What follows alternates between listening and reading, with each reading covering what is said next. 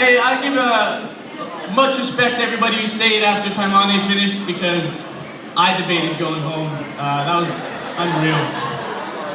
So, this is my 5th time at First Thursdays, and what that means is I'm sure all of you guys are very familiar with my catalog. That was a joke. But in the event that you're not, basically what I've been writing or what I've been performing has been very academic, meaning I like to use a lot of scientific approaches for non-scientific things. And I've been hearing that there's a lack of humanity in it. So when I wrote this, I had this elaborate allegory combining science and art, where I highlighted the spark between the mind and the heart. I liken the brain to a desert, barren, wild, and parched, a regretful impression sunken under miles of starch. To search across it is a process undeniably stark. The thirst for knowledge is the cause for all its life to embark. It was brilliant, full of a wisdom that I tried to impart, perfect in every way, except being contrived from the start. See, it was lively and smart, balancing light with the darkness. I talked about how death can bring new life in the market. I even had this wordplay like, I'm bullish on life stocks. See what I did there, guys? In the margins. Thank you.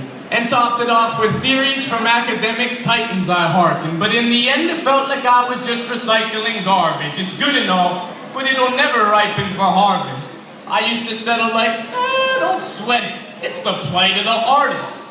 But the lesson of growth for a writer is most likely the hardest. What I was writing was Carthage, a nihilist plot. I had content and the concept tied in a knot. But the soul of my words was entirely lost. So here I am, intent with every rhyme that I jot, to capture the emotion of a cry and a thought, and decipher the cost of the lies I forgot.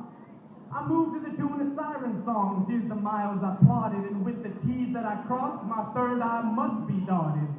This desert is mine. Let me saunter through my mind while I pause it, because this itch for the pen proves that it's time for an audit.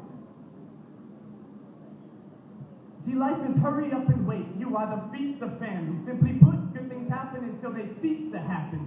Some days she won't show you shit, except for pieces or fractions, till she releases a sequence and strips free of her satin. Now, this mentality is valid, but I find that it breeds in action. If the contract's written backwards, why bother to read the captions? I've gone back to him, demanded, start offering equal rations. But he just mocks all my feats and passions, so fuck it. In my mind, I'm on a walk on a beach in Athens. See, I got some issues with the Lord, our most passive of masters, and they're magnified by the fact that my dad is a pastor. Meanwhile, I'm hoping 2012 brings a massive disaster so I can have some validation that I actually matter. If I get passed in the rapture, well, what can you do? Till then, I'm doubting everybody who's discovered the truth. I got my father's love, but still I got something to prove, because it came between me and God. I don't know which one he would choose. Perhaps I'm dumb to amuse these thoughts with so much space for entertaining. I complain that life's unfair, then I complain that I'm complaining. I got this cruel desire to fuel the fire of hatred I've been saving and unleash it on the hypocrites. Though I'm basically the same thing. There's something sacred and amazing in the midst of the rain, a suspended reflection etched within an infinite plane. I've driven fish into brains, wasted precious moments making bitches of saints. Now I got hands of stone, but fuck, I just wish I could paint. Now the shit is the same for all of us. Life is hopelessly stormy. Some say wait till you're older, but they don't need to warn me. Cause I'm a jokeless romantic, and I know that it's corny, but I still struggle to discern between lonely and horny.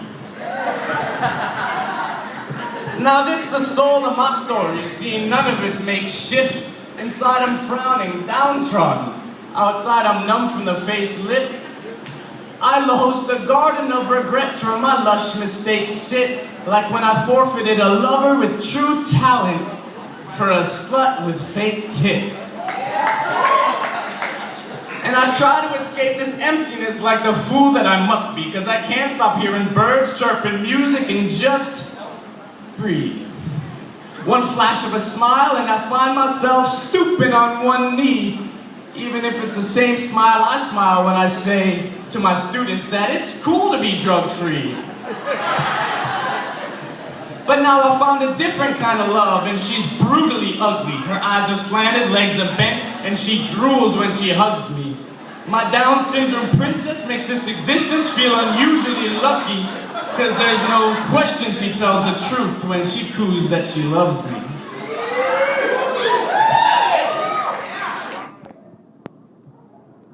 We've gone through a lot together now. You've had a glance at my travel stories. But remember when we walked through that abandoned allegory? I said the mind was a desert through which we struggled to search, and it was ugly at first, but now it suddenly works. It's a barren wasteland with no words for solace. The only way to keep it alive is to thirst for knowledge. You'll have to wander through heartache to find a wealth of subtlety, because the greatest knowledge of all is that of self-discovery. Be patient for growth, and eventually you'll catch a break. So allow your mind to be a desert, and let the negativity evaporate. Thank you.